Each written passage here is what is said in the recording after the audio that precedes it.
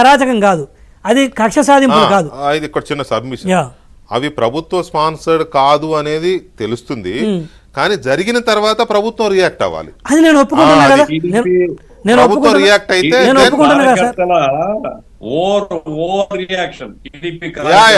స్థానికంగా ఉండే ఒక చిన్న ఇది గఫూర్ సార్ చెప్పిందని నేను ఒప్పుకుంటున్నాను. కానీ ఒక్కటి మీరు గమనించాల్సిందండి సార్, ఇది మా పార్టీలైనా మా ప్రభుత్వంలో కాదు, ఎప్పటికి కూడా చేయరు, చెప్పరు, అది మీకు తెలుసు.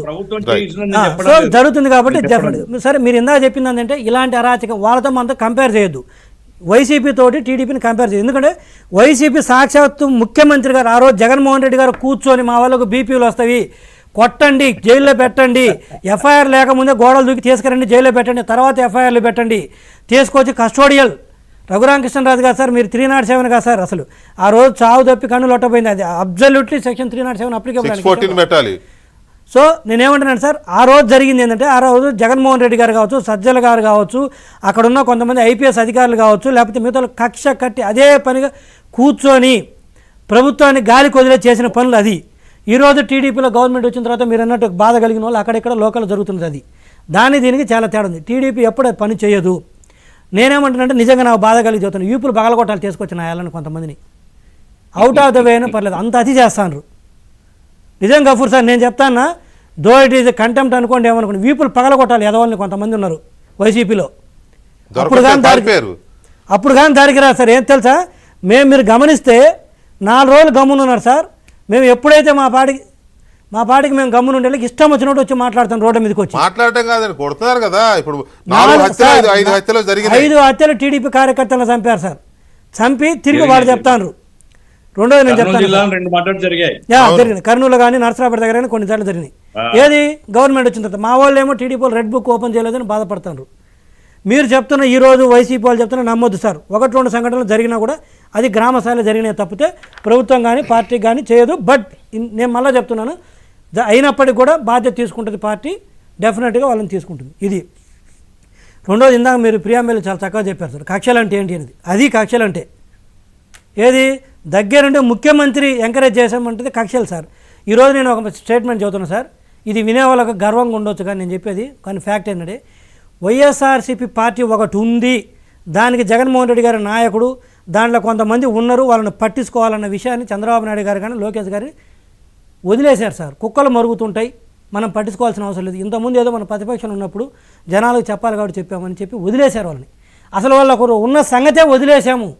ఇక వాళ్ళ మీద కక్ష ఏంటి, ఇంకా వాళ్ళ మీద కక్ష ఏంటి అంటున్నాను. వాళ్ళ మీద కక్ష లేదు అని అనిపించింది కాబట్టి నేను డిబేట్ పెట్టాను. కానీ జరుగుతున్న చర్చ ఏంటంటే సోషల్ మీడియాలో కానీ, లేకపోతే ఆ వైసీపీ పార్టీ కార్యకర్తల మధ్య కానీ, లేకపోతే వైసీపీని అభిమానించే అదర్ సెక్షన్స్ కానీ, వీళ్ళలో ఏం జరుగుతుందంటే వీళ్ళు కూడా కక్షకు దిగుతున్నారు. రఘురామకృష్ణరాజు గారు చేసిన ఫిర్యాదు మీద ఎఫ్ఐఆర్ ఇష్యూ అయింది, అది ఒక కక్ష సాధింపుగా చూస్తున్నారు. అలాగే వాసుదేవరెడ్డి లిక్కర్ దాంట్లో జరుగుతుందని కక్ష సాధింపుగా చూస్తున్నారు. నేను అందుకే అంటున్నా, విజయసాయి రెడ్డి వల్ల నా భార్యకు గర్భం దాల్చిందని చెప్పి ఆయన ఎవరో కంప్లైంట్ ఇస్తే అది కూడా కక్ష సాధింపుగా చూస్తారేమో నాకు డౌట్ వస్తుంది. రామకృష్ణ గారు కానీ లేకపోతే వారు కానీ, నేను సార్ రఘురామకృష్ణరాజు గారి మీద ఆ రోజు దాడి జరిగింది, ఎఫ్ఐఆర్ తీసుకున్నారా? ఆల్మోస్ట్ చంపేంత పని చేశారు. ఎవరి దగ్గర తీసుకున్నారు సార్? మీ అందరూ తెలుసు, మా బోండా ఉమా గారు మాచర్లు వెళ్తే బుడ్డా వెంకన్న గారు బోండా ఉమా గారిని ఈ రోజుకి విజువల్స్ ఉన్నాయి కదా, ఆల్మోస్ట్ దొరికింటే చంపేవాళ్ళు కదా, చంపాలనే కదా, అత్యాయత్నంగా చంపాలనే వచ్చారు, లక్కీగా తప్పించుకొని వచ్చారు. ఆ రోజు ఎవరి మీద కేసులు పెట్టారు? బుడ్డా వెంకన్న గారి మీద, బోండా ఉమా గారి మీద. అదే కట్ట తీసుకొని చంపడానికి వచ్చిన కిషోర్ అనే వ్యక్తి ఈరోజు మాచర్ల మున్సిపల్ చైర్మన్. ఏది, చంపడానికి వచ్చిన కిషోర్ ఏమో మాచర్ల మున్సిపల్ చైర్మన్ అయితే, సావుదొప్పి బయటకు వచ్చిన వీళ్ళిద్దరి మీద 307 కేసులు పెట్టారు. ఇంకా ఎలా సార్ ఏం మాట్లాడతాము? ఇప్పుడు వచ్చి బోండమ్మ గారు కేసు పెడితే కక్ష సాధింపోతుందా? అదే కిషోర్ మీద పెడితే, ఈరోజు కిషోర్ మీద కేసు పెట్టలేదు మా వాళ్ళు, అతను మున్సిపల్ చైర్మన్ అనుకుంటారు. బోండమ్మ గారిని కొట్టింది కళ్ళ ముందు కనపడుతుంది కదా. రంగనాయకమ్మ గారిని పోస్ట్ ఫార్వర్డ్ చేస్తే సీనియర్ సిటిజన్ మహిళల్ని కూడా చూడకుండా తీసుకుపోయారు సిఐడి వాళ్ళు.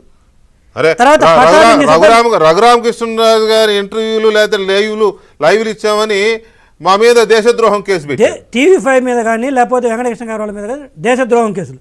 పటాభి గారిని మీ అందరూ తెలుసు, మా అధికార ప్రతినిధి 2 సార్లు తీసుకుపోయి కొట్టారు. మరి ఇప్పుడు వచ్చి ఆయన కేసు పెట్టొద్దా? ఆ పోలీసు వాళ్ళ మీద కేసు పెట్టొద్దా? అచ్చెన్నాయుని ఎలా ఎత్తుకొచ్చారు, అయ్యన్న పాత్రుని ఎలా ఎత్తుకొచ్చారు, రవీంద్రని ఎలా ఎత్తుకొచ్చారు, ఎంతమంది? నేను ఇది గఫూర్ సార్ నేను అడుగుతుంది కదా, టీవీ చూసే వాళ్ళందరూ అడుగుతున్నాను. నేను టీవీ చూసే వాళ్ళందరూ అడుగుతున్నాను. ఇవన్నీ మీ కళ్ళ ముందు కనపడ్డాయి. మీకు టీవీ చూసేలా తెలుసు.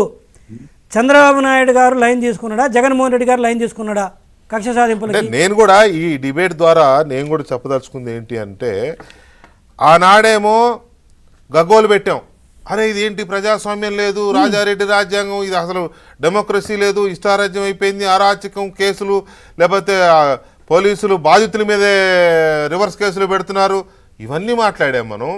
మరి ఆనాడు బాధితులపై ఫిర్యాదు ఇస్తే